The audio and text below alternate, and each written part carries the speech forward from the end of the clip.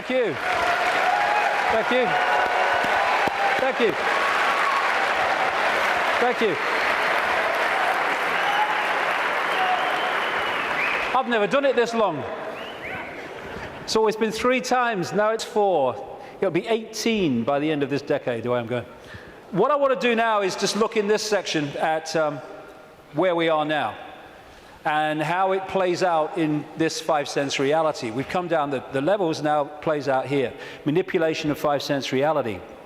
And what I call the coordinates, because once we realize basic coordinates of where they want to take the world and the methods they use to take us there, suddenly what seems to be a bewildered world and what's going on, it just morphs into clarity. The question is, how do they do it? It's a good question because at first sight, how do a few control the many? Impossible, but it's not because of the way they've structured society. Just to very quickly recap, they want to lock humanity in the 5 senses so we don't perceive beyond it. We're locked in that prison. They have interbreeding bloodlines, computer terminals, I would call them, which play out this interdimensional conspiracy within visible light, what I call the Illuminati bloodlines. And they've set up a structure whereby the bloodlines who answer to the reptilian control system then control the governments, the people in power in all the various institutions. And crucial all the way through is to structure society. I mean, you can symbolize it as a spider's web or like this as a pyramid.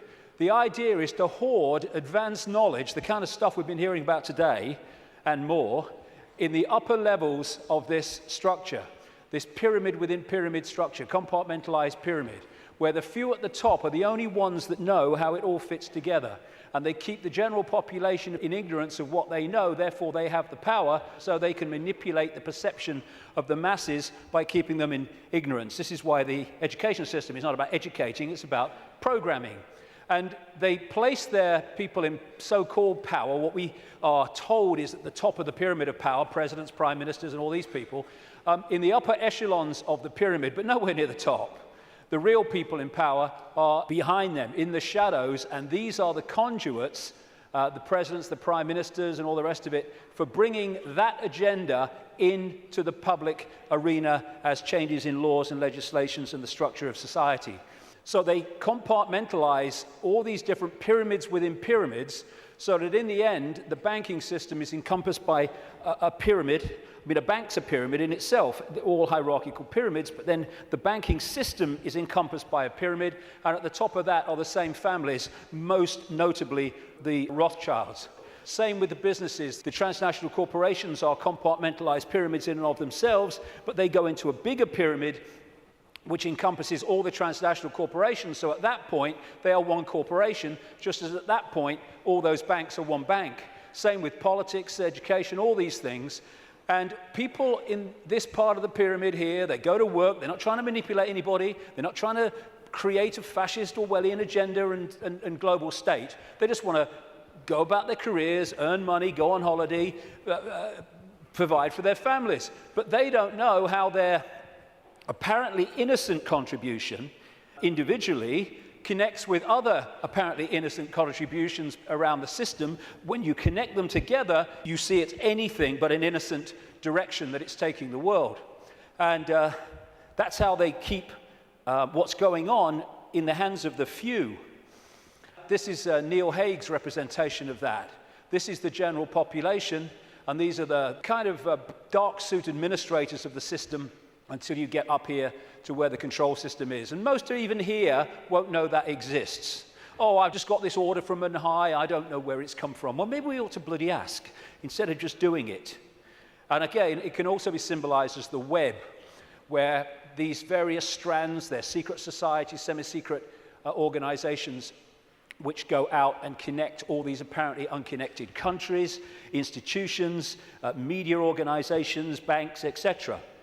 And this Illuminati network, symbolized as the bearded man, spews out all these people who apparently appear to be random. To run for president needs cuckoo land amounts of money. Where do they come from? It comes from here. Where does that money come from? And therefore, you have two people put up for president who are there because of the money provided by this network. Therefore, they've chosen not only who it's going to be, but they've sorted out what the policies are going to be in return for that money. And this is what they do. We think we're choosing our leaders. We're not. It's a myth. And so this structure that I showed you earlier comes into this, where these leaders are put into power to carry out the agenda of the control system, which is why when parties change, whatever they've said in opposition goes out the window and they start acting like the party in government previously that they were criticizing. The common denominator is whoever gets in power basically introduces the control system, and whoever's out of power opposes the control system verbally, which means that you have the illusion of choice when whoever's in power unfolds the agenda. So there is no choice. It's a myth. And they control these institutions and play the people off against each other, divide and rule, both within countries and between countries, keeping everything in a constant state of confusion and conflict. And that's the key. Manipulating confusion and conflict is child's play. Manipulating harmony, manipulating respect between each other is a nightmare. So they have to keep the world in constant states of conflict. Now, when you bring it down to an individual country, as we come down this structure, this is what you find in every country. You had in America, it's a wonderful example, but it plays out all over the world. During the Bush years, Republican, that administration was controlled by a group of people known as neocons, neoconservatives, including all these people like Richard Pearl and all the rest of it. And over here, you have what I call, anyway, the democons. This is a network of people. I put Kissinger in the democons because he's an advisor to Obama at the moment, but he spends most of his time with the neocons, Kissinger. He just goes with whoever's winning. And the democons are a group of people that control the democratic administrations. But the democons and the neocons are controlled by the same force once you get to here. So people think, oh, I voted Republican this time. Oh, I'm going to put the Democrats in because I like that Obama got a nice smile. And what you're doing is voting for this, whatever. And that's what's happening in this country. Same thing. And so when people say Big Brother Bush or Big Brother Obama, no, it's not. These are just puppets. Dance. I said dance. When I say jump, I mean Olympic high jump record. This is the thing. You take one mask off, you put another mask on. And because it's a different mask, we think it's a different administration. We think controlled by different forces. No, no. And what you have is the movie playing out in the public arena, people who appear to be in opposition to each other when they're controlled by the same puppeteer. And once you look beyond the movie, that's when you start to see what's really happening in the world. So the cards are moved around in line with an agenda for the constant, incessant centralization of power. And it's done with people who, I keep coming back to, have a DNA with empathy deleted, which means anything goes in pursuit of this agenda. And the people are misdirected, diverted by the way society is manipulated and controlled, increasingly so with more and more laws affecting the fine detail of our lives, so that we spend so much time surviving and rushing around, we don't lift our head up and see what's going on. So puppet people are essential to the few controlling the world. And when we cease to be so, and it's happening more and more, then this will be over. Humans have been put into this round and round and round circular lifestyle where 1 week leads into another week and another week, just a repeating cycle of action and work and sleep and eat and work and sleep and eat for so many people. And this is the structure that they're moving towards. Why? Because when you're the few and you want to control the many, you have to centralize decision-making. The more diversity of decision-making there is, the less control any central point is going to have over it. So what you need to do is constantly centralize power, so control over more and more and more people goes into fewer and fewer hands. We started with a tribal situation a long time ago. The people in the tribe decided what was going to happen. We then brought, as part of this centralization, it's gone over at this whole period I'm talking about, the tribes came together into what we call nations. And now, a few people at the center of the nation are dictating to all the former tribes that make up that nation. We're now well into the next stage of that, which is bringing nations together under unions like the European Union, so a few people at the center are now dictating to all those nations, which are made up of all those tribes before.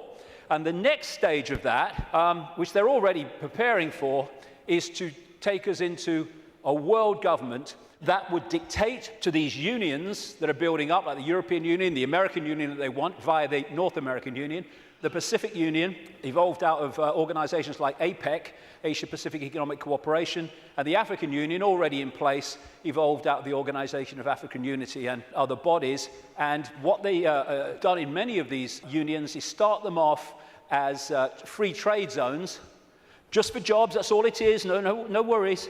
And then they've turned them into fully fledged dictatorships, which is what happened in the European Union. And the reason is that you've got to centralize power if you want to get more and more control in the hands of the few over more and more people. So coordinates. Some of these things I'm going to talk about in this section are quite controversial, but they need bloody saying, so sod it. Methods of manipulation, coordinates 2. How do they manipulate this? One of the coordinates, one of the methods of manipulation, a massively important one to understand, is one I've dubbed problem, reaction, solution, where you want to change society in a way that if you do it openly, you'll get resistance, massive resistance from the population. So what you do is you create a problem covertly, you blame someone or something else for it, you pass that fake version of the event through the unquestioning, pathetic mainstream media to the people, unquestioned overwhelmingly and certainly uninvestigated, and you want the people to react to the manufactured problem with outrage, with fear, and you want them to say, do something. What are they going to do about it? At which point you then offer solutions openly with changes in legislation and society and its structure to advance your agenda. And because of the problem, reaction, solution, you do not get the resistance here that you would have got without the manufactured problem. 9/11 is a bloody classic. Another way of describing this is ordo ab chaos, the Latin motto of the 33rd degree of Scottish Rite of Freemasonry, order out of chaos, problem, reaction, solution. Create the chaos, then offer the order, your change out of that chaos. So like I say, 9/11 was a wonderful, classic, most blatant example of it. You want to change society, so you create a massive problem. As a result of that problem, you offer the solution, all there, written and ready, the Patriot Act in America and around the world, their versions of it, to change society and to launch a war on terror and an invasion of countries like Afghanistan and, by implication, Iraq. This is Zbigniew Brzezinski, President Jimmy Carter's national security advisor and a major mentor going back to the 1980s of Barack Obama. This is what he said in 1997 in his book. Moreover, as America becomes an increasingly multicultural society, it may find it more difficult to fashion a consensus on foreign policy issues, except in the circumstances of a truly massive and widely perceived direct external threat.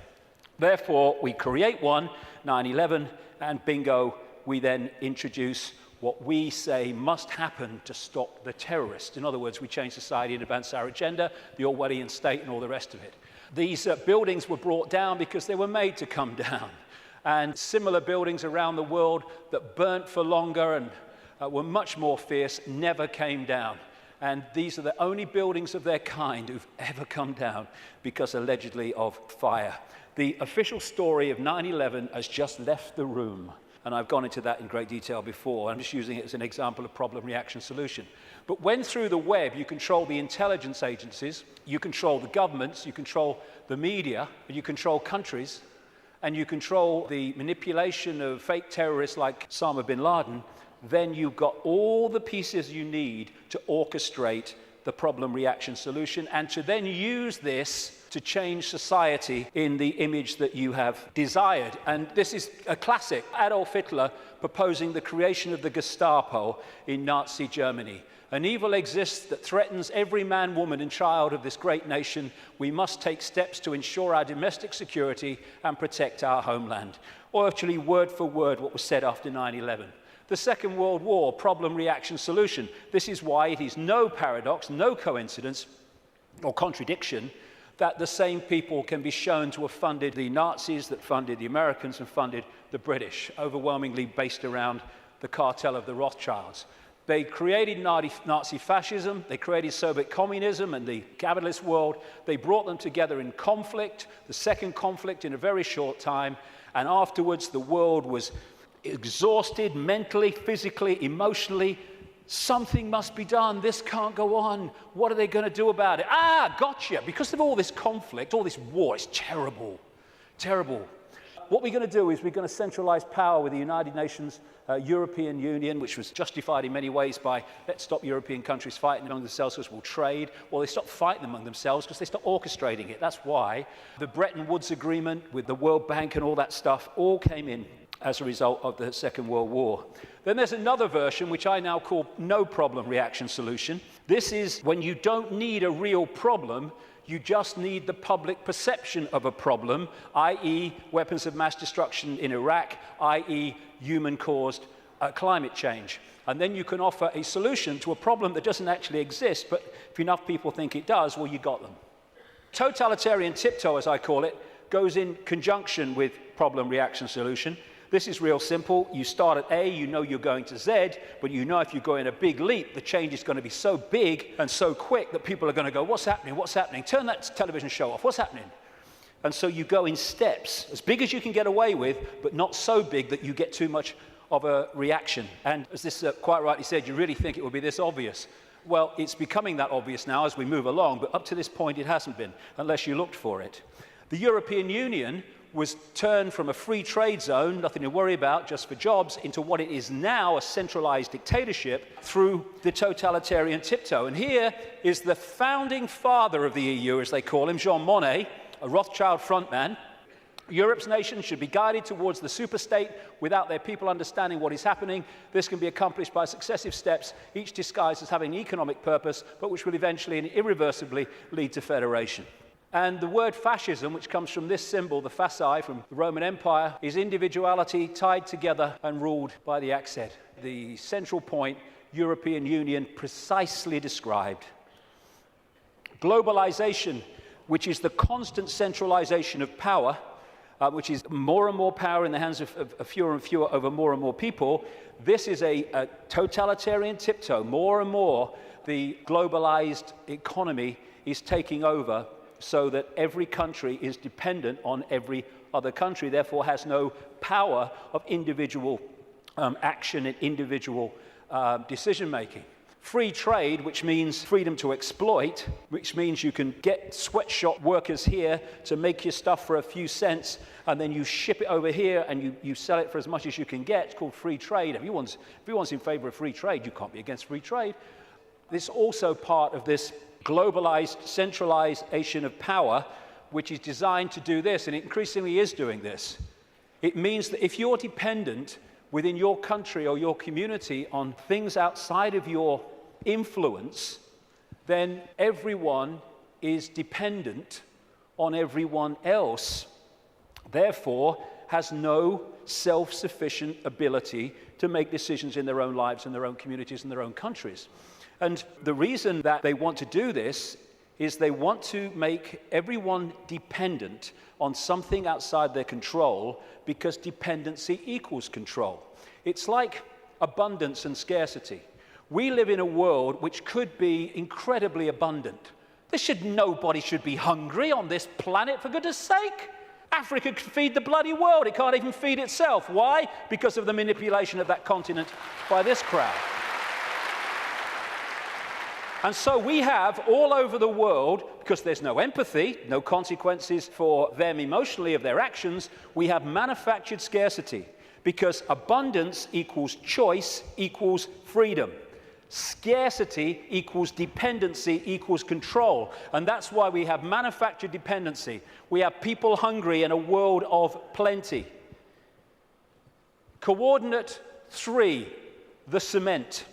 There are certain organizations, networks, rings, that act as the cement that holds the web together and holds people within the web together. Close to the spider people are the Rothschilds. And when I talk about the Rothschilds, one thing, I'm not talking about all people called Rothschild. The vast majority of people called Rothschild won't have a clue what other Rothschilds in that dynasty are doing. And secondly, I don't even mean only people called Rothschild. I mean the Rothschild bloodline, which has infiltrated many other enormous numbers of other families and groups, which then come to power under other names other than Rothschild. Because if the president's Rothschild, the bloody guy here is Rothschild, the bloody newsreader's Rothschild, what's going on? Instead of that, you have people under different names. So I'm talking about the Rothschild bloodline and the scions of that family, the people that run that family. Not everyone called Rothschilds. A lot of people in that family called Rothschild who don't have a clue what's going on. But they, through these various cements, control all these different and various apparently unconnected organizations. Now, one of the cements, of course, is the secret society network. That's pretty obvious when you look at it. And these are some of the major ones, but there are even more exclusive ones as well that operate in tiny, tiny cabals. But it's not just the secret society networks. They connect into the satanic networks, where they literally carry out human sacrifice and such horrors, which these bloodlines have been doing all the way through. Now, no one has a problem with the fact that then primitive ancients used to sacrifice people and torture people and all that stuff, but that was at one time kind of acceptable because it was the way they did things. As it's become unacceptable, it's still gone on, same bloodlines involved, but it goes on secretly, obviously. And this is the pedophile rings, the sexual child abuse rings, which connect into that and connect into that. That's not saying everyone in the secret society is a pedophile. It's not saying every Satanist is a pedophile. It's not saying every pedophile is a Satanist or a member of a secret society. But there are rings, connections between these organizations and groups that hold them together. It's a bit like the Olympic rings. They connect into each other. And you find, this is why, as I researched this over these last 20 years, when I have researched through people in power like politicians and bankers and even some media people and stuff like that, you know, after this time of researching this and the recurring themes, that when you get far enough into it, you're going to come across a secret society, but you're almost certainly going to come across either or both Satanism and child abuse, sexual abuse, pedophilia. And there's a reason why the ratio of such people is massive in the upper echelons of this control structure than it is in the general population. There's a blueprint which you find in every community and every country. It's a blueprint of how this works and how the Satanists and the pedophiles and the secret society people end up in positions of power and influence to direct this conspiracy. So the pedophilia and the secret societies and the Satanists operating in these interconnecting rings then infiltrate their people right across the web, which holds the whole thing together. Now, Satanism is staggeringly common compared with the public perception of it. And there's a number of reasons for it. First of all, they're sacrificing people literally to the gods, the serpent gods. When you see these ancient accounts all over the world of how they used to sacrifice people, young virgins often, and what does young virgins code for? Children, to the gods, because they put them through the sacrifice ritual and they build up the terror. What happens is the terror reaches a point where a certain adrenaline pours into the blood, and the people doing the ritual then drink that blood and they get a real high from that adrenaline. But as the sacrifice is going on, the victim is also releasing energy, very powerful, low vibrational energy, and the entities, or entity, whatever it is, just outside of visible light is feeding off that energy. They're feeding off us like vampires in so many ways, and that's one of them, and one of the reasons for these sacrifices of people to the gods. The other thing is that and I've talked to Satanists who've seen this happen, or former Satanists around the world, they create an energetic environment which is almost a stepping stone, like halfway house, which allows these entities to come in to the ritual. I've talked to people who've seen these entities manifest in the rituals because of the way they have created the energetic environment. Anyone who's looked even mildly at this whole conspiracy in this area will know about Bohemian Grove in Northern California, where the elite, the presidents, the Bushes, the Kissingers, the Rockefellers, all these people go and take part in rituals under a 40-foot stone owl. And from what I am told by people who've been there in a victim state, they, in smaller groups, because it's 2,700 acres of redwood forest, actually do sacrifices there too. And all these people are involved with their satanic gods and all the rest of it. But it happens all over the world, and it happens in a sequence on certain days. You know, we've got a situation with Halloween where it's now like bloody Christmas. If people only knew what happens on Halloween, what happens across Beltane, May Day, and all that stuff, to kids all over the world, in extraordinary numbers, there would be no celebration of Halloween.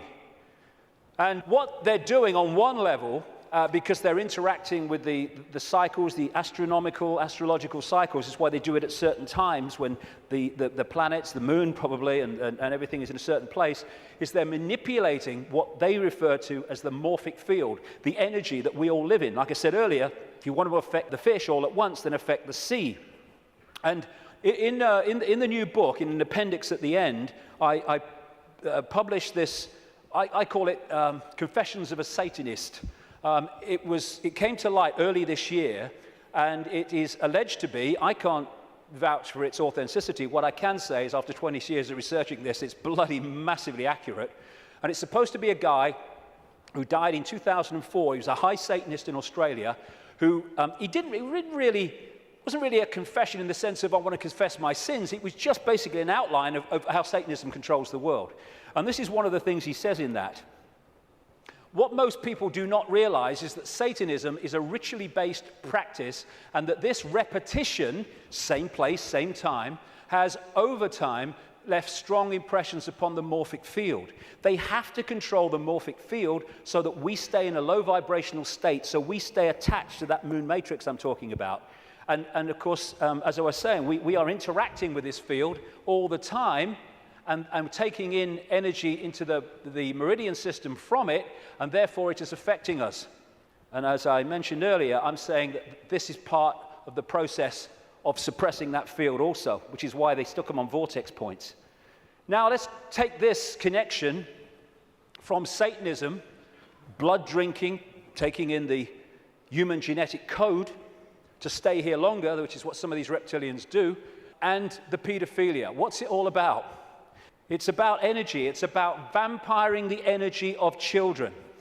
The reason that we have sacrifice to the gods of young virgins, children, is because they want the energy of children before puberty, because when puberty happens, obviously we all know, there is a chemical change, massive chemical change, at which point, from their point of view, the energy is not as pure and desirable.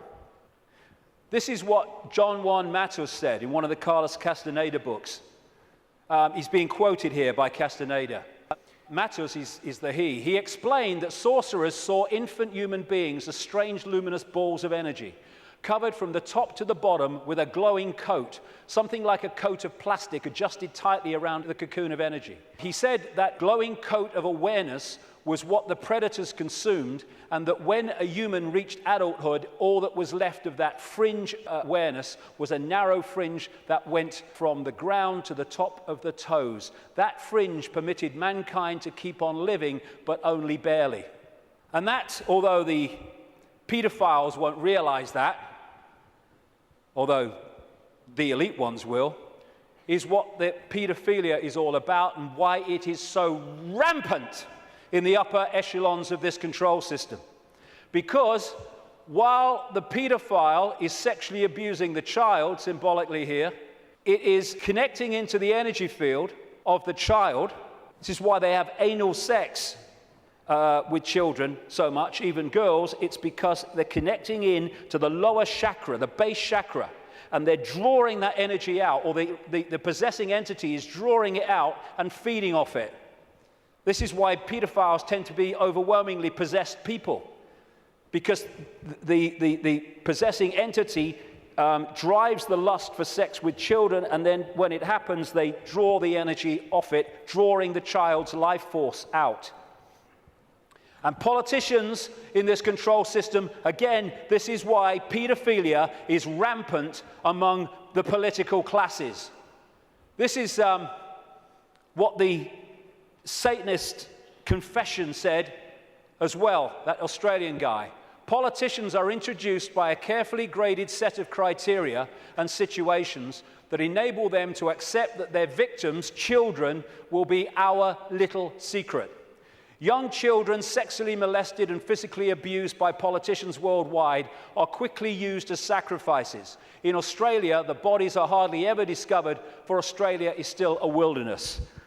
In countries that are not a wilderness, they control the mortuaries and the crematoria, where they get rid of children who they want rid of because of what's happened.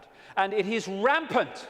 I keep using that word, but it is. People don't realize. What happens is people think or relate the number of children that go missing every year to the number of times we see a story on the news that a child is missing and everyone's trying to find them. That is the tiniest tip of the iceberg. Hundreds of thousands of children go missing in America every year. I've rung the states, because they don't have federal figures, tell you how many cars went missing federally, but not children. They said, you've got to ring the states. I rung a load of states years ago now. I said, how many children go missing every year? How many children went missing last year? And I added the figures up. What? Never seen this on the news, hundreds of thousands. Some of them are found, some of them have explanations. Not all, nothing like. And what happens is that you have the cover-up. There are so many stories where the story of this Satanism and this child abuse starts to come to light, and immediately the lid goes on, because the system controls the various aspects that can keep the lid on. This is just one example. There's endless numbers around the world. The Franklin cover-up. It was an investigation by this guy, John W. DeCamp, who was former state senator in Nebraska, and he started investigating this guy, Lawrence King, a major Republican who sang the American national anthem in 1984 and 1988, I think it was, at the Republican convention. And he was investigating him for financial fraud through an organization called the Franklin Savings and Loans. But then he discovered that he's running a pedophile ring and providing children for the biggest names in America. And he wrote this book, The Franklin Cover-Up, Child Abuse, Satanism, again, they go together all the time, and murder in Nebraska. And what happened? Some of it got into this Washington Times, a mainstream newspaper, the connection to the Reagan-Bush administration, but most of it was totally covered up. I've been writing in my books now since 1998 that Father George Bush is a notorious pedophile, child torturer, child killer, and serial killer of adults as well. Said it on American radio. Still waiting for a response. And this is one example. A lady who became a friend of mine, Kathy O'Brien, who was in the American government mind control project since she was a kid. And met her many times. She still corresponds with me now and again. And I've met a daughter that she was talking about. Lovely, lovely girl. Totally shattered by these people. And that's one example of millions and millions that are going on around the world. And this is what she said in a book, Transformation of America. Kelly's bleeding rectum was but one of many physical indicators of George Bush's pedophile perversions. I have overheard him speak blatantly of his sexual abuse of her on many occasions. He used this and threats to her life to pull my strings and control me. The psychological ramifications of being raped by a pedophile president are mind-shattering enough, but reportedly Bush further reinforced the traumas to Kelly's mind with sophisticated NASA electronic and drug mind control devices. Bush also instilled the "who you're gonna call and I'll be watching you" binds on Kelly, further reinforcing her state of helplessness. The systematic tortures and trauma that I endured as a child now seem trite by comparison. They're not. I know what she went through. To the brutal physical and psychological devastation that George Bush inflicted on my daughter. And that's just one of these people involving one of the victims of this. It's incredible, the scale of it, and it's going on in this country. And what happens? The wall goes up. This is what DeCamp found. Suddenly ranks are pulled in, and the media won't touch it, the social services won't touch it, the police won't touch it, politicians won't touch it. It's the blueprint, it's how it works. And the Discovery Channel program, produced by Yorkshire Television, was about to go to air, exposing that Franklin cover-up and the paedophile connections. Bingo, it was censored and pulled just before it was going to air. Never to see the light of day, although you can get it on the internet, because one copy survived. I was naming this guy, like I said earlier, Ted Heath, as a paedophile and child murderer from 1998. This guy's record of killing children is extraordinary. Prime Minister of this country. This fella, Thomas Hamilton, the man who went into Dunblane Primary School and killed 16 children and a teacher, he was a procurer of children for the Scottish political elite, which locks into the Westminster political elite, and the satanic rings that lock into both. That's why they took the records of this case and ordered them to be locked away for 100 years. And then, if you've been following my website recently, and many other websites too,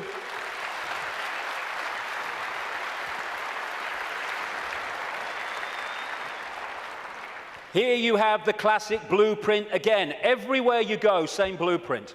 This girl, Holly Gregg, Down syndrome girl, her mother, Anne, and Robert Greene, a fantastic guy who's been helping them and committed so much of himself to this. When she started, Holly started saying what had happened to her, being raped and abused by the Scottish elite, suddenly the wall went up again. And Robert was arrested. He's been treated appallingly by the police, the Grampian police in Scotland. Grampian area of Scotland, by the way, notorious for Satanism. And he's now basically been told what he can't say, and he can't name people and all the rest of it, and he's... the case is ongoing. The media won't touch it, though maybe that might be changing, we hope. The Scottish law network or establishment will not investigate it. The police won't investigate it properly. Anne's brother, Holly's uncle, was blatantly murdered when he had seen Holly's father abusing her, and therefore had the ability to tell the truth and tell the story. He ended up murdered, and a cover story of suicide. When you see the story, suicide, are you kidding, was put together by the Grampian police. And Robert Greene is a man who, if there were more of his like in this world, then this world would be a very much better place.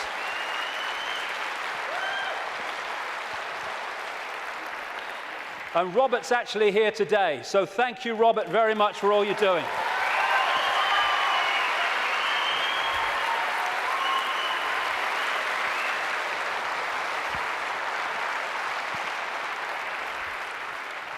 This is how they create the wall. You have again the pyramid system. Social services is a pyramid, a hierarchical pyramid. The police is, lawyers are, judges are, politicians are, the media are, all of it. The medical side, the doctors, the coroner's offices, they're all part of these structures. And up here, they all eventually fuse into the same group, the same ring of people, controlling force. And what they do is they put in these pyramids people in the positions of power who are in the ring, or in the club. You do not have to control everybody in social services to stop investigations or to enforce investigations to take children away for no good reason. You just have to control the level of social services that makes those decisions.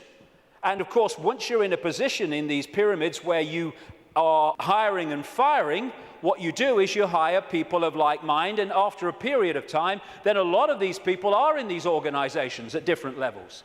You don't have to control every policeman. There's so many genuine policemen in this world, but they don't get into the positions of power overwhelmingly. The Geese guys do. And therefore, they dictate whether something's investigated or not, or whether someone is targeted to pin them with a charge that is completely unjustifiable. Same with the media. You control that. We're not covering that story. Politicians, oh, no, I'm not talking about that. I'm not investigating that. Oh, no. This is how it's done.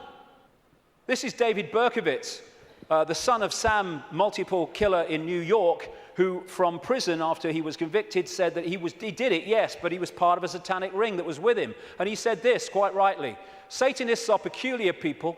They aren't ignorant peasants or semi-literate natives. Rather, their ranks are filled with doctors, lawyers, businessmen, and basically highly responsible citizens. They are not a careless group who are apt to make mistakes, but they are secretive and bonded together, the cement, by a common need and desire to mete out havoc on society. It was Aleister Crowley who said, "I want blasphemy, murder, rape, revolution, anything bad."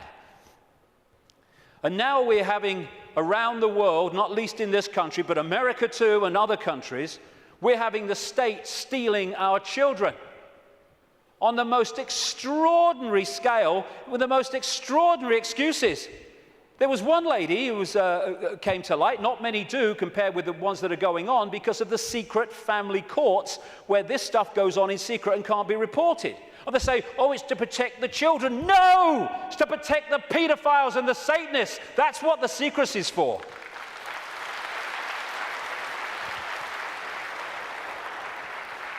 And this lady, her and her husband had spent £38,000 on fertility treatment so they could have children. She had twins, I think it was twins, and she made a joke when social services came round, when the baby came out of hospital, and she said, oh, birth has ruined my figure. They took her children away. And then when she furiously resisted, they said, the mother has anger problems, which are a danger to the child. It's unbelievable the number of children that have been taken away from their parents for no reason. This guy, Tim Yeo, a Conservative MP, just before the last election, said in Parliament, using parliamentary privilege, he accused his local council of kidnapping a 9-week-old baby from parents. But it's the tip of an iceberg, and a gathering iceberg. All over the world, like I say in the book, I've looked at America as well, it's happening there. And what did Aldous Huxley, the Fabian prophet in Brave New World, talk about? The fact that children were going to be taken away from parents, parents were going to become no longer, not even relevant, they're no longer even part of society, and the state was going to take control and bring up all children. And that is where they're moving towards. And this guy, Ed Balls, my God, whoever named him was psychic. He was children's minister up to the last recent election, overseeing, taking more and more power away from parents, giving it to schools and authorities. And this guy is a former chairman of the executive of the Fabian Society and still a leading light in it. Coordinates to the cement. Now, this might be controversial. I don't give a damn, really, because, you know, we've reached the point here where we've got to start saying what is and not running away from it. What I'm about to say now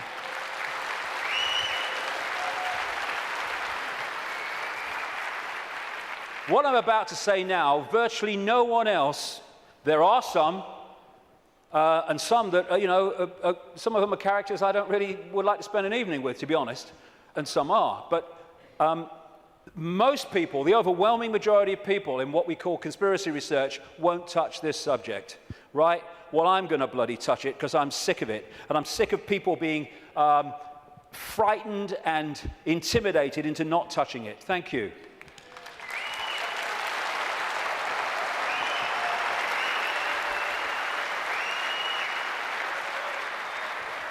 Right.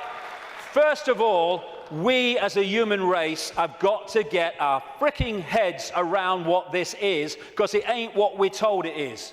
It's not about what's right and beneficial for Jewish people. Jewish people are its victims, not its beneficiaries. Jewish people have been hung out to dry again and again by this crowd that claim to have their best interests at heart, like hell they do. That's why I call this Rothschild Zionism.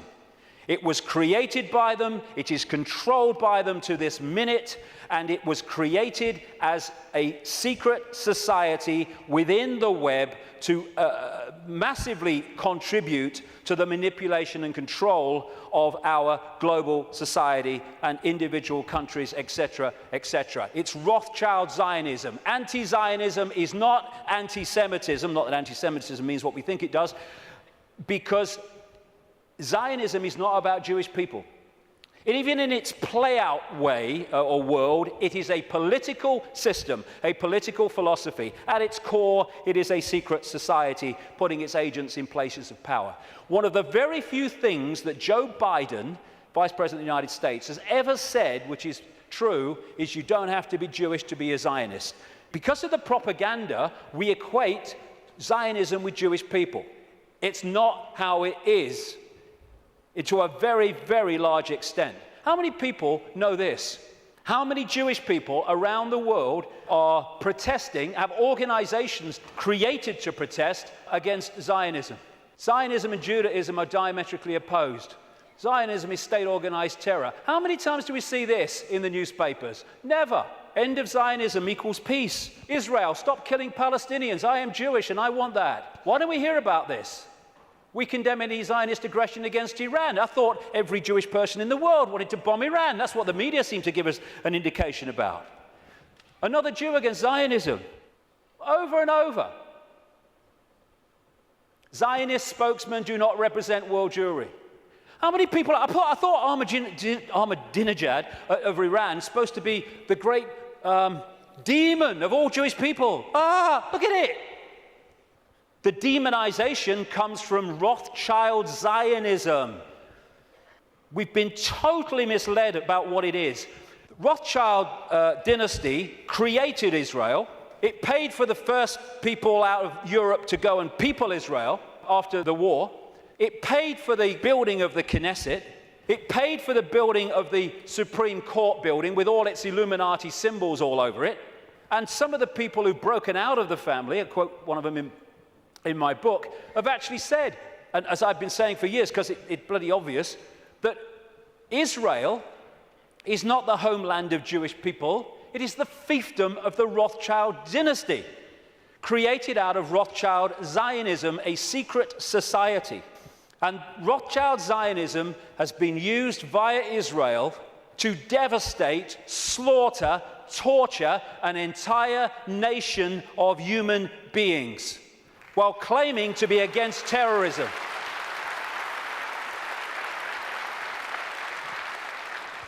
This is the dictionary definition of genocide: the systematic and widespread extermination or attempted extermination of an entire national, racial, religious, or ethnic group.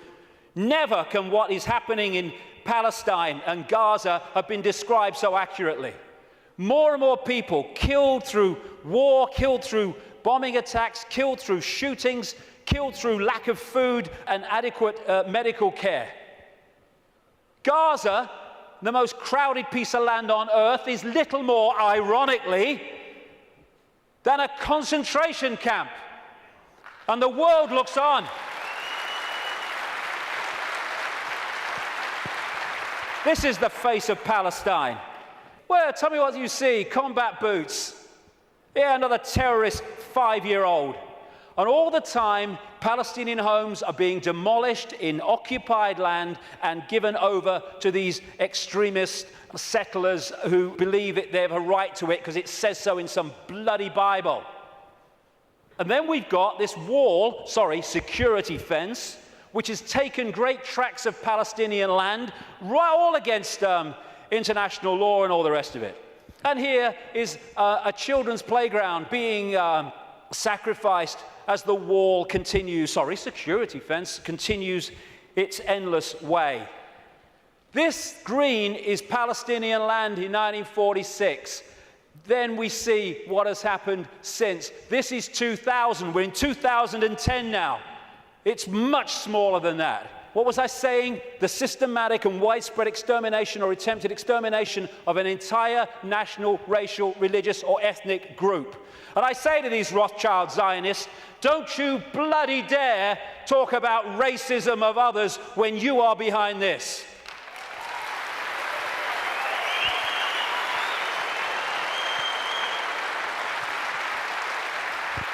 Israel is an apartheid society, not just between Israelis and Palestinians, but through Israeli society. It's incredibly apartheid. The way they treat the black Jews from Ethiopia is absolutely grotesque, as is spokesman doing that, then talking about other people's racism. We've got to go for that. I mean, and people, Jewish people, have seen it.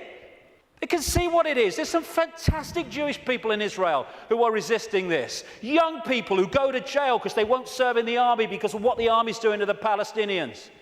Magnificent people who never get talked about in the mainstream media hardly.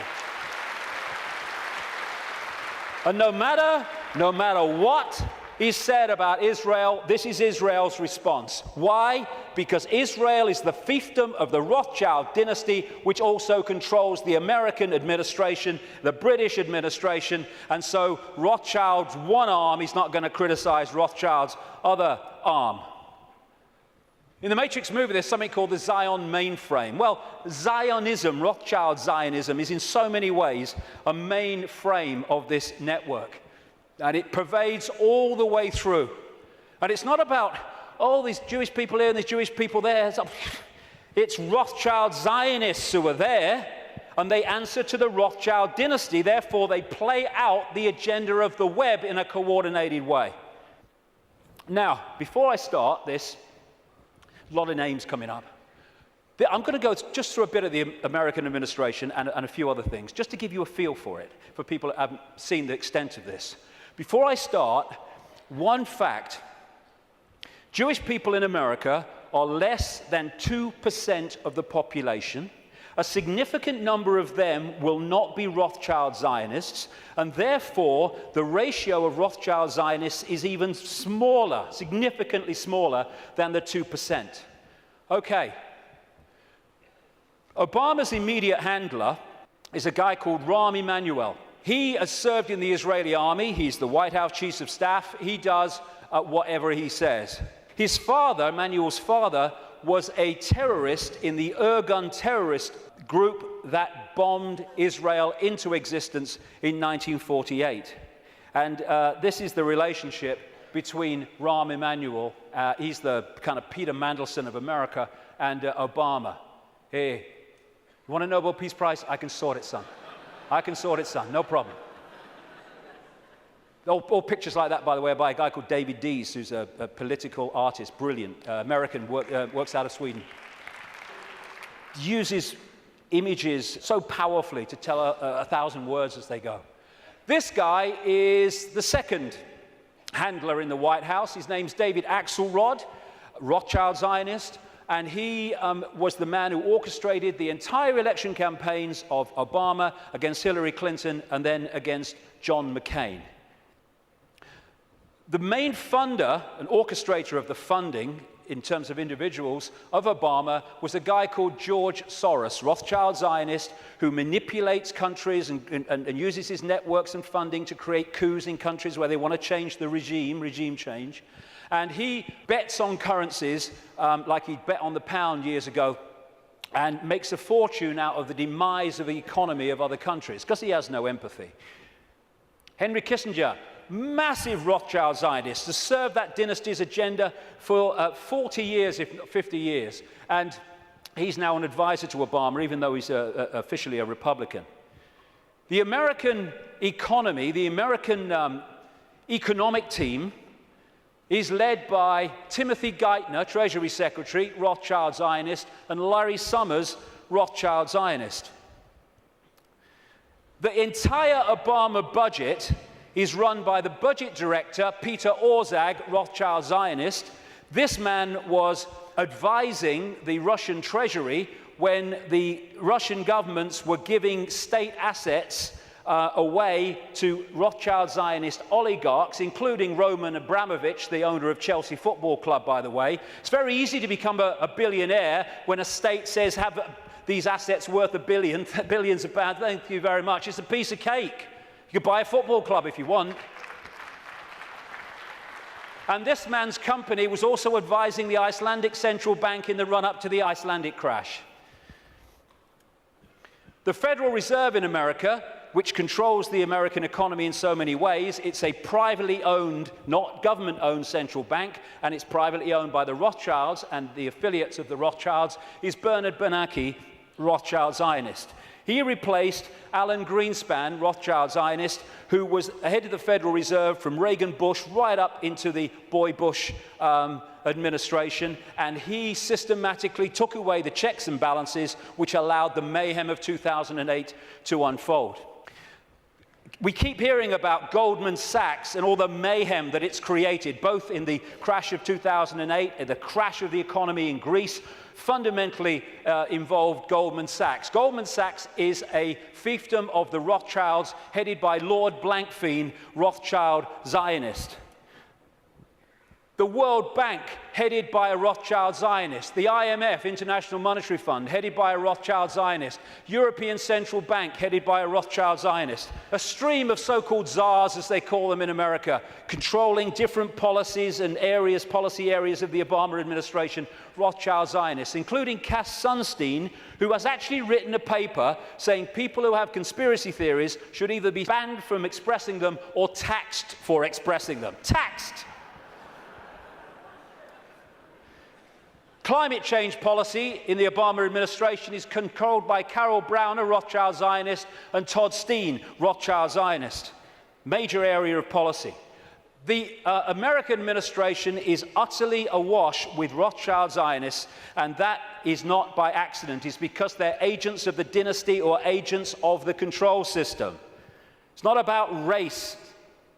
Mossad is not the intelligence agency of Israel. It's the intelligence agency of the Rothschilds, and that's why it turns up all over the world in false flag set up terrorist events and assassinations and all that stuff, because it's not carrying out the policy of Israel, it's carrying out the policy of the Rothschilds that control Israel. Now let's look at 9/11. The World Trade Center lease was purchased just a few weeks before 9/11 by Larry Silverstein, Rothschild Zionist, and Frank Lowy, Rothschild Zionist, and the deal was done with this guy called Eisenberg, Louis Eisenberg, Rothschild Zionist, the head of the New York Port Authority. The head of the CIA, who investigated what happened on 9/11, George Tenet, Rothschild Zionist. The Patriot Act, which was brought out, the Orwellian Take Your Freedoms Away Patriot Act in America, was co-authored, justified by 9/11, though it was written before because they knew it was coming, by Michael Chertoff, whose mother was a Mossad agent and who became the second head later of Homeland Security, an organization Orwellian that was justified by 9/11. At the time of 9/11, in the run-up to it, and then the war on terror and all that stuff, the Pentagon was dominated by Paul Wolfowitz, Rothschild Zionist, Dov Zakheim, the comptroller, who managed to lose trillions of dollars and still got away with it. And by the way, when one announcement was made of how much he'd lost or had gone missing in the Pentagon, they announced it on September the 10th, 2001. I wonder if they realized that because of that, it would never see the light of day. Dov Zakheim, Rothschild Zionist, and people like Douglas Feith, Rothschild Zionist in the Pentagon. Now, as I've said earlier, the Bush administration was dominated and controlled by what became known as the neocons, the neoconservatives, which were a Rothschild Zionist organization, led by people like Richard Pearl, Rothschild Zionist, William Crystal, Rothschild Zionist, John Bolton, Rothschild Zionist, in belief in nothing, if nothing else. And then the 9/11 Commission report, which was the official report investigating 9/11. They wanted Kissinger to head it first until the public didn't take that seriously and he had to step down. But that report, which agreed that the official story of 9/11 was true, was written and overseen by Philip Zelikow, Rothschild Zionist. The judge, Alvin Hellerstein, who is hearing and overseeing the cases of the 9/11 families who are taking out lawsuits to try to find the truth of 9/11, etc., Rothschild Zionists making sure that truth never comes out. Think of the ratio I said earlier as I go through this. The man who coined the phrase, he was a Bush speechwriter, the axis of evil, which targeted Iraq before they invaded Iran and North Korea, was David Froome, Rothschild Zionist. So when you look at this, because Israel is the fiefdom of the Rothschilds, you see that this dynamics, or you'd think, is the man of 300 million people, the superpower, is the most powerful of the two. No. He is controlled from there because the Rothschilds control them.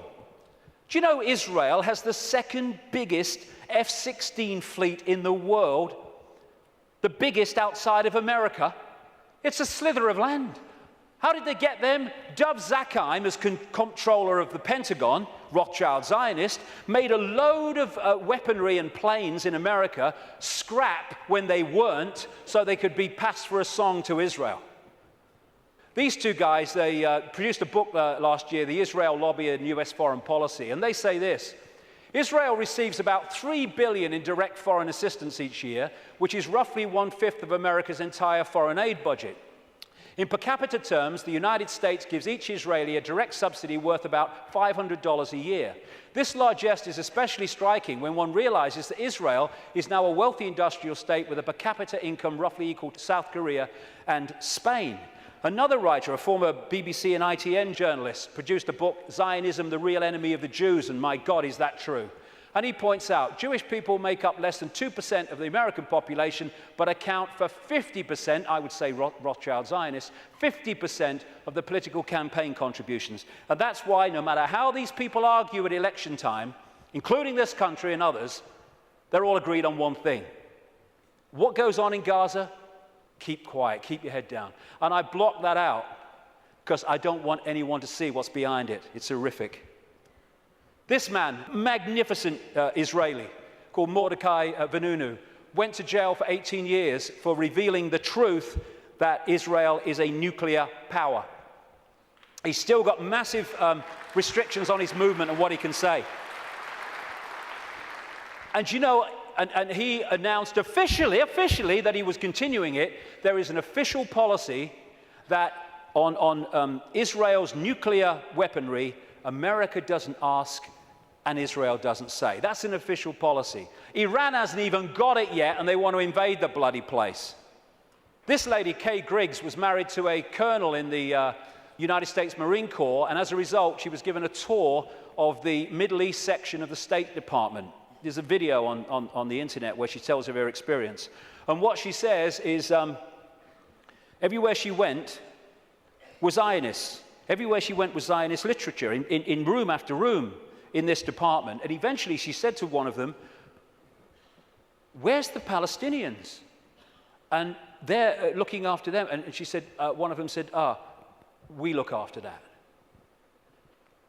Palestinians have got no bloody chance. It's a stitch-up.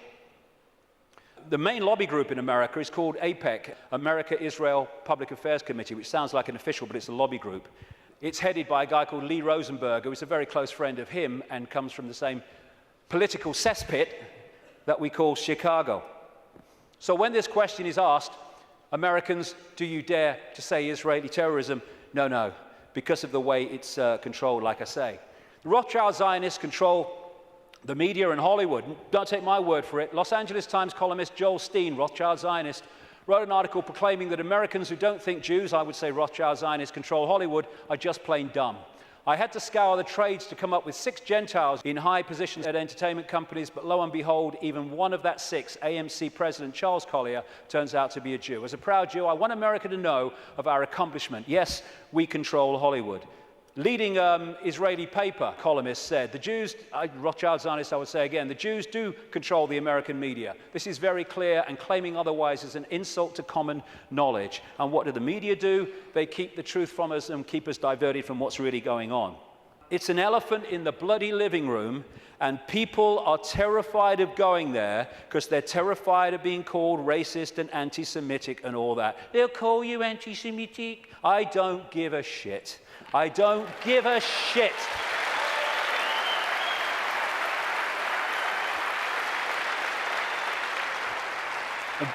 Very quickly, it's the same in this country. There was a very, very good documentary, and it was a kind of stand back in amazement that it actually got out, by a guy called Peter Oborn, a journalist, in the Dispatches series on Channel 4 that looked at the Rothschild Zionist control of British politics through organizations known as the Friends of Israel. Each party has one, but of course they all connect, so it's actually one network. And again, just like in America, never any criticism.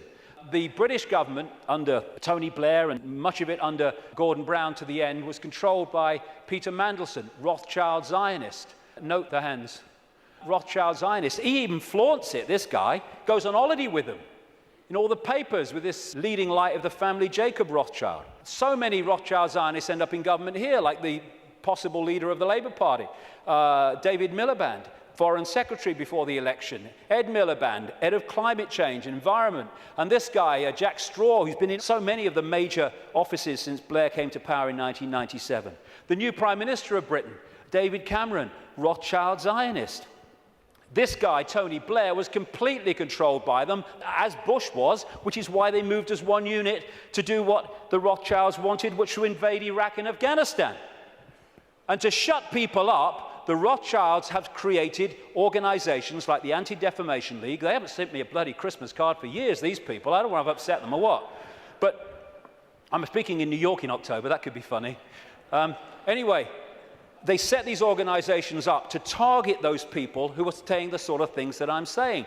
The idea is to throw you're a racist at people, so to shut them up or to discredit them. Like I say, I don't give a shit. You throw it, son, and I'll hit the bugger back. Thank you very much. As a result, when you criticize Israel, you are promoted as criticizing Jewish people and therefore being racist. This is how it works. And I have to say, the robot radicals on the so-called left of politics are played like a violin by these people. They go out on their protest, you're an anti-Semite. Okay, come in and listen to what I'm going to say. No, they never bloody do. And then you get people like the magnificent Norman Finkelstein, who's a Jewish man who's had his academic career destroyed for speaking out. His parents suffered in the concentration camps of Nazi Germany, and when he exposes these frauds and fakes in the Rothschild Zionist movement and what they do against Jewish people in general, he's called a self-hater. They can't say he's anti-Semitic, although sometimes they even use that. He's a self-hater. No, he's a decent man doing decent things. You want to try it. And the idea is to create, and they're doing it, hate laws in which truth is no defense. Even though what you say is true, it's no defense. If people are upset by it, then too bad, you've broken the hate laws. They're now targeting the internet, which has been so magnificent in communicating this information. And who's doing that? In America, J. Rockefeller, Rothschild Zionist. In this country, up to the last election, he rushed through a bill to this effect just before the election, Peter Mandelson, Rothschild Zionist. And just this week, Obama has nominated this lady, Eleanor Kagan, the Solicitor General, to go onto the Supreme Court. Two things. One, that will make Rothschild Zionists making up nearly half the Supreme Court judges of America, 4 of the 9, when they are well under 2% of the American population. And she is vehemently in favor of laws banning freedom of speech in association with her mate, tax the conspiracy theorist Sunstein. It is an elephant in the living room, and we need to address it if we are going to unravel this cabal, because They don't want to frighten us into not going here for any other reason than they know if we go here, so much is going to unravel. Home straight to tyranny. They think they're on the home straight to tyranny, wishful thinking. This is the man, by the way, David Axelrod, Rothschild Zionist, who orchestrates the words on this guy's teleprompter. He's so welded to it that on St. Patrick's Day, he had a reception for the Irish Prime Minister, and he thanked himself for asking everyone, inviting everyone, because the Irish Prime Minister's autocue words were still on there when Obama came forward to thank everybody. So that's how much he's welded to it. Assuming levels of knowledge that isn't there. You know, people say Obama's intelligent. He's not. What they're doing is comparing him with Bush.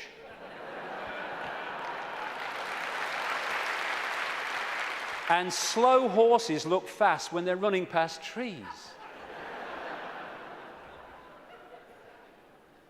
We have the secret agenda unfolding, and this is the movie. Bush is in the movie, now Obama's in the movie, but it's the same movie. And he's just there to change and Pied Piper the people, although his honeymoon period was encouragingly short. He's another Tony Blair. Will you lie first, Tony, or shall I? Oh, after you, Barack. Tony Blair. If there's ever a half-truth in a Blair speech, it's a typing error. The big change man, biggest contributors came from Wall Street, Goldman Sachs. His background is full of sleazy businessmen like Tony Rezko, who went to prison for fraud, who was a major funder of his political career. Why? Because he's one of the gang. Controlled by Soros, controlled by Brzezinski. Brzezinski's interesting. Brzezinski has been, like I say, his mentor since the 1980s. And this is what Brzezinski said in a book in 1970. The technotronic era, that which we're in now, involves the gradual appearance of a more controlled society. Such a society would be dominated by an elite unrestrained by traditional values. Soon it will be possible to assert almost continuous surveillance on every citizen to maintain up-to-date complete files containing even the most personal information about the citizen. These files will be subject to instantaneous retrieval by the authorities. This is the man who massively is behind Mr. Change, and he was also the co-founder, co-creator of an organization called the Trilateral Commission, which locks into this network, which I've been writing about for years, a network around a secret society in Britain called the Round Table, including the Bilderberg Group, the Club of Rome, their environmental manipulation arm, and the Trilateral Commission as well. And interestingly, this is very relevant to current events. In his books and his statements, Brzezinski, who's very much, like I say, running the foreign policy of Obama with people like Kissinger, he talks about an area of the world called Eurasia, which is basically from Europe across to China. Now, this is the most significant part of Eurasia on this map. What Brzezinski says, control Eurasia, you control the world, not least because of the massive oil and gas reserves around the Caspian Sea. So we're in a process of the cabal wanting to take over Eurasia, and particularly this area. Now look, the number of countries that have been invaded, had regime change, or are now currently being targeted. First of all, the Ukraine. They use things to get the people going, like a color revolution or a flower revolution. So this was the Orange Revolution. It was funded and orchestrated by the networks of George Soros, and it put their man in there. They had the Rose Revolution in Georgia, where they put their guy in there. They tried to get a green revolution after the last election in Iran, but it didn't stick. They have Iraq, they've taken that over. If they take Syria, then they're all the way through to Israel. They're in Afghanistan. They're now undermining Pakistan and bombing Pakistan more and more. In Kyrgyzstan, we had the Tulip Revolution. We just had another one recently, putting their people into power. We've had the terrorism starting to unfold in India, and they are targeting these areas because they not only want to take it over, they want to trigger a war involving China and Russia, the Third World War that their documents have talked about for a long time. And they're ticking them off. And if you take that map of Eurasia and keep it in your pocket, you'll tick them off as the news stories unfold. Oh, a revolution here. Oh, a coup here. And what they're doing, this is not America doing this. This is not America doing this. This is the cabal doing this through America. The idea is to destroy America, to use America to destroy America. Why? Because when you want a world government dictatorship, you cannot have any superpowers that have the military and financial might to say no to what you're saying must happen. Because the world government intends to have a world army, a world central bank, and a world currency eventually. And they'll manipulate the financial situation to bring that about, or try to. So what they need to do to take the superpower America out is they need to destroy it militarily, and they need to destroy it financially. And that's what they're doing. They're using it on their foreign excursions, and they're undermining its economy to destroy America. And it is going down the pan so fast. And this guy is being used as the front man. Nice smile. Oh, he's a nice man. That's what's really happening. Behind the smile. Just hand it on. It wasn't change. There we go. Here's the ball. Make sure you keep the drugs running in Afghanistan, you know. Drop some my way. And what we saw was a presidential problem reaction solution. Bush was brought in to create problems, financial problems, overseas wars problems, and this guy was brought in as the solution to the problems. And as Adolf Hitler said, the great masses of the people will more easily fall victims to the big lie than the small one. So, I am someone to believe in. Hope, which is always in the future, never in the now. And so it never actually comes to fruition, but we can hope it does. And then you had change you can believe in. And none of these trite phrases like change were ever described in detail about what they actually meant. And what they created was a massive mind control coup on vast tracts of American people, because they made Obama a blank screen, an empty suit on which people could project what they felt hope and change was, their version of it, onto him. And once he became president, of course, everything was changed. Make the lie big, make it simple, keep saying it, and eventually they will believe it. I love you, you love me, I will get you stuff for free. Oh, yay, Obama, you are such a star. I love this one. The wolf found that shepherd's clothing worked better.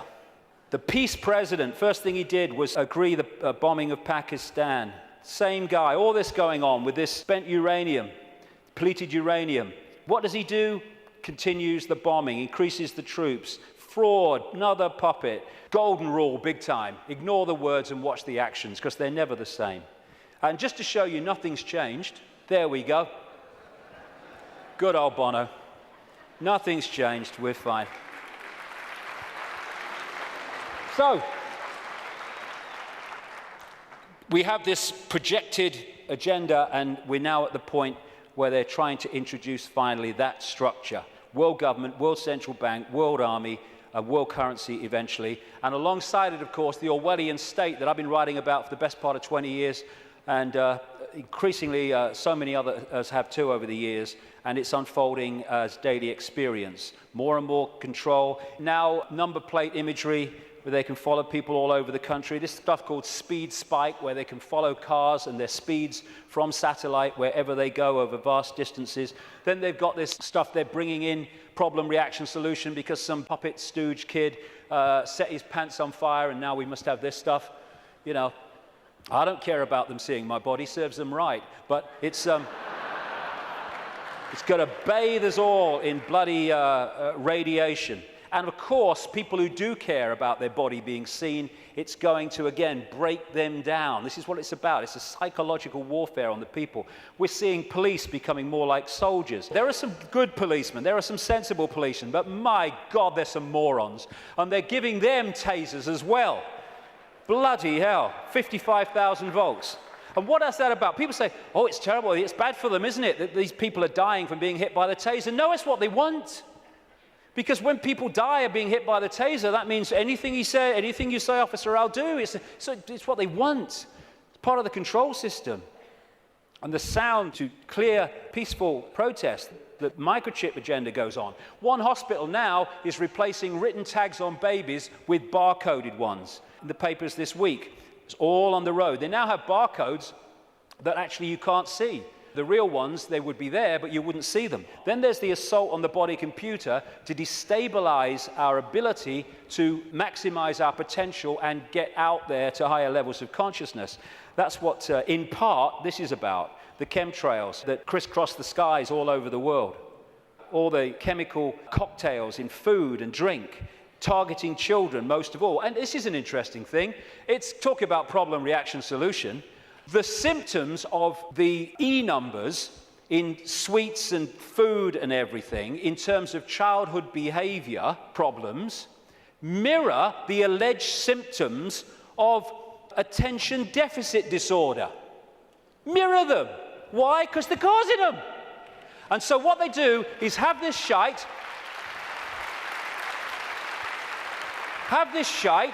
this will chemically imbalance the brain. It will create behavior problems and attention problems, and then we'll give you freaking Ritalin to dose you in mind-changing drugs to meet the problem that we are causing here. Same with genetically modified food, which is there to genetically modify us. This is why they're more and more targeting organic farmers around the world and people growing their own food to overcome the chemical shite. This is why they're targeting small farmers so the great conglomerations can move in, like Monsanto and others. This is why they have this Codex Alimentarius, which was created by Nazis like Fritz Tamir, who came up with the work makes free sign across the entrance to Auschwitz. Him and some of his fellow Nazis who went to jail after Nuremberg, he was released well ahead of the end of his sentence because his mate intervened, called Nelson Rockefeller, 4 times mayor of New York, and they created these Nazis. Codex Alimentarius in the 60s means code, food book or food code, and now they're trying to impose global regulations which in effect will stop us getting the doses of food supplements and vitamins that make any difference, and also hand control over to the pharmaceutical cartel for it. Same with the attempt to get us vaccinated with all this shite through the Rothschild-created and controlled World Health Organization. And because of the web, this center point can control the Monsantos, the food producers, the food standards agencies, which are supposed to oversee those people, the drug companies, the Food and Drug Administration in America is supposed to oversee them. They can orchestrate all of the stuff that I've just described and listed because of this web. And the overall thing is a war on the human immune system. They're trying to undermine the human immune system in every way, shape, or form because they want a massive cull of the world population because they cannot cope with the numbers. And like I say, I was reading, when I was researching the book, I saw incredible figures. But my goodness, in the last week, I've seen extraordinary figures in terms of the increase in drugs, mind-altering drugs given to children. It is fantastic. And it's being done systematically to dumb down young people and stop them expressing their true potential for consciousness, which they are. And all that is in here, how that was going to happen, written as a novel by this guy, Fabian Aldous Huxley. They're putting us in a vibrational prison in all these ways. The financial crash was orchestrated on purpose by deregulating, and it's possible to do that because the Rothschilds and their associated families and groups control the world financial system. They're moving trillions of dollars around, so they decide if the stock market goes up or it goes down. If they target the dollar, it will go down. If they target sterling, it will go down or whatever, because they have that ability, and Goldman Sachs is one of their main vehicles for all this stuff. And they can control the world financial system because, once again, they control the banks, they control the Federal Reserve System in America, they control the Bank of England, and they control governments, and they control the reporting of it. And this is the plan. Stage 1, crash the global economy, September 2008. Stage 2, governments throw fantastic amounts of money, credit, money that doesn't exist, but we pay interest on it, at the perpetrators until their financial barrels are empty. Stage 3, and they'll bring this when they feel it's going to have maximum impact, they're going to crash the economy again on an unprecedented scale when governments have no means to respond. That's the idea. Why? Well, the last section will kind of pull all this together because there's something going on which they want to stop. But that's the idea. The more fear, the more disruption, the more stress, the more worry that they can create, the more it impacts upon us in ways that suit the control system, as I've described through the day. And then there's this major element of their plan in the next few years is introduce massive taxation and control and imposition as a result of something that doesn't exist, thanks to this guy. If this guy's involved, it's a scam. End of story. End of story. There you go. Thanks for the Oscar, but I'm totally full of crap. This man's going around demonizing carbon dioxide, which without it the world would not be as it is, and demonizing the greenhouse effect, without which we wouldn't bloody be here. There you go. That's what he's doing. And he's orchestrating all these people. And it's so kind that David de Rothschild has produced this book to help us, Global Warming Survival Handbook. Survival. Now, let's get some sanity into this. This is a graph of greenhouse gases that make up the greenhouse effect. That one, you would think from the propaganda, would be carbon dioxide. It is water vapor and clouds. I think we ought to ban water vapor and clouds. It's the only way to save the frickin' world, right? Every time we see a cloud, they ought to add VAT. I think it's the only bloody way. And this is carbon dioxide. Not only that, the grey stuff is natural, only the green slither is coming from human activity. And we're supposed to believe it's affecting the weather. It's the bloody sun. It's the bloody sun.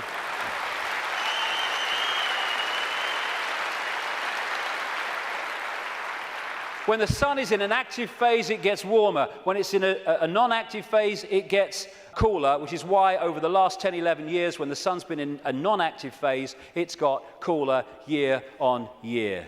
And one of these groups in this network with Brzezinski's Trilateral Commission is the Club of Rome.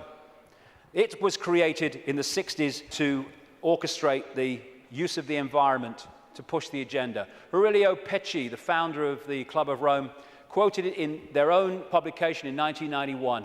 In searching for a new enemy to unite us, we came up with the idea that pollution, the threat of global warming, water shortages, famine and the like would fit the bill.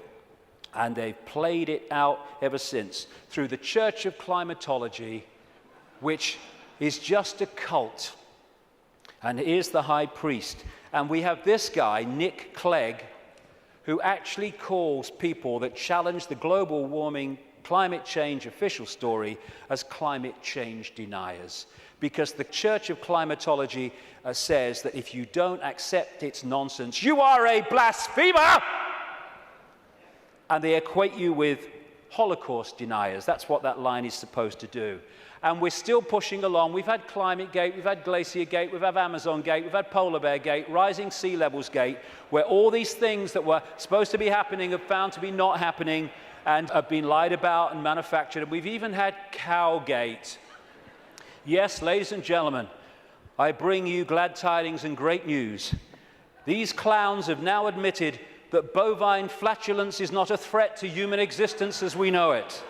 I can't tell you how happy I am.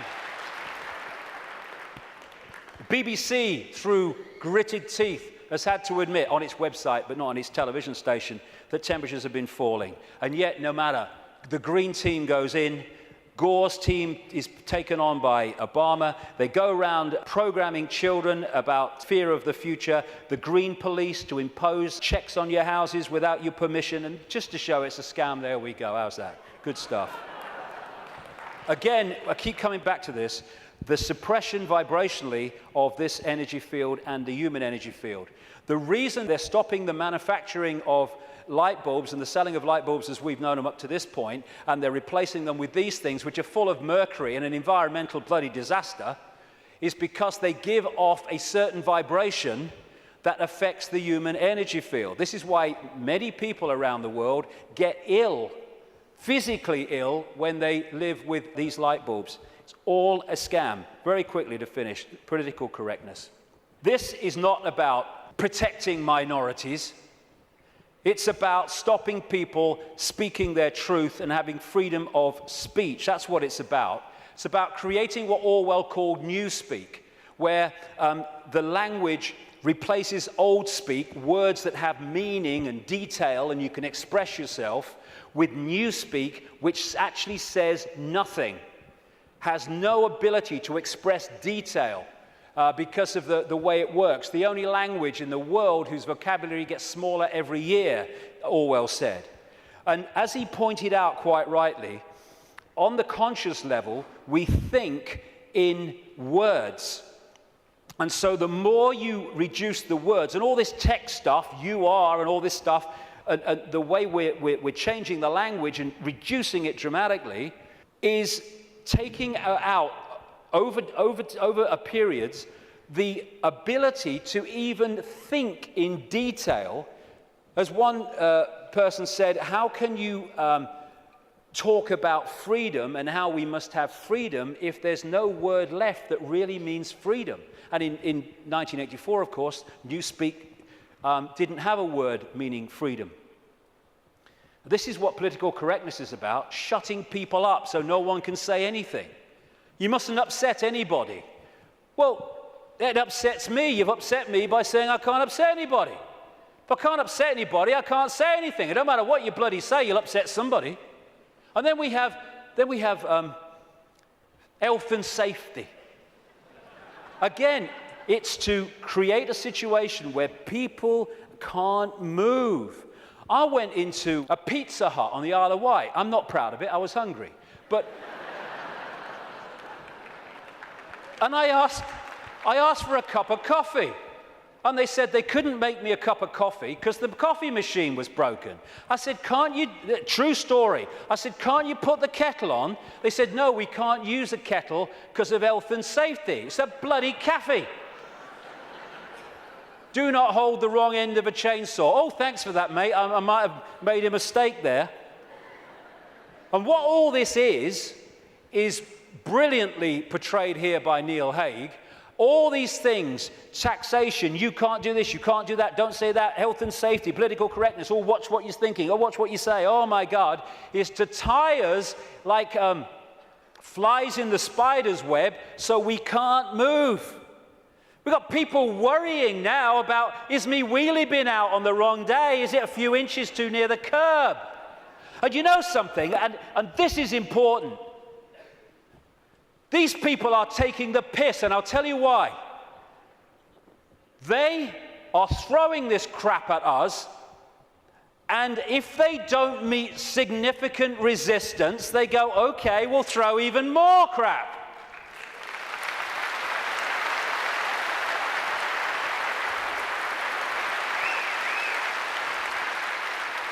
I'll get into this in the last section, but we need to draw a bloody line here. Not only say here and no bloody further, but we're going here and drawing it.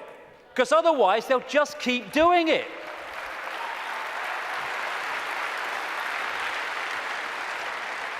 And this is the key to all of this that I'm talking about. It is a mind game. It has to be. It has to be, because from mind comes everything. This massive stop, go here, don't do this, you can't do that, all this stuff. More and more fine detail of our lives being dictated. It's to turn us into the version of this. You put a mouse in a laboratory maze and you put shock equipment down different channels. When it goes down those channels, it gets a shock, it comes back. It might go down another time, it'll get a shock and come back. After a while, not long, you can take that shock equipment away, that mouse will never go down there again because you've changed its behavior patterns. And what they're doing is throwing all this stuff at us, giving us punishments for doing this, punishments for doing that, punishments for doing this, but you're okay as long as you do this. And that channel of it's okay if you do this is getting narrower and narrower and narrower. And what they want to do is to bombard us and batter us into acquiescence. So we become subservient totally to the system. Never challenge it. Just stay in this narrow band of robotic computer terminal perception. To turn this into this. A bar-coded, computer terminal, unquestioning, acquiescent robot. And they've done it before in smaller groups. This is China. This is waiting for work in the factory in China. And China is in so many ways a blueprint of the global society they want. 1.5 billion people in China. They're controlled by a relative handful because the 1.5 billion are acquiescent, and therefore they cannot use their numbers to overturn the dictatorship of the few because they're programmed not to. The rabbit hole goes very deep, even deeper than I've got to now. The journey continues. But it's to control perception and get us to believe we have no power. We bloody do. To get us to believe that we should just follow the one in front, because that's what everyone else does. Like bloody hell we will. And in 10 minutes I'll come back and let's look at what we can do. Thank you very much. Thank you.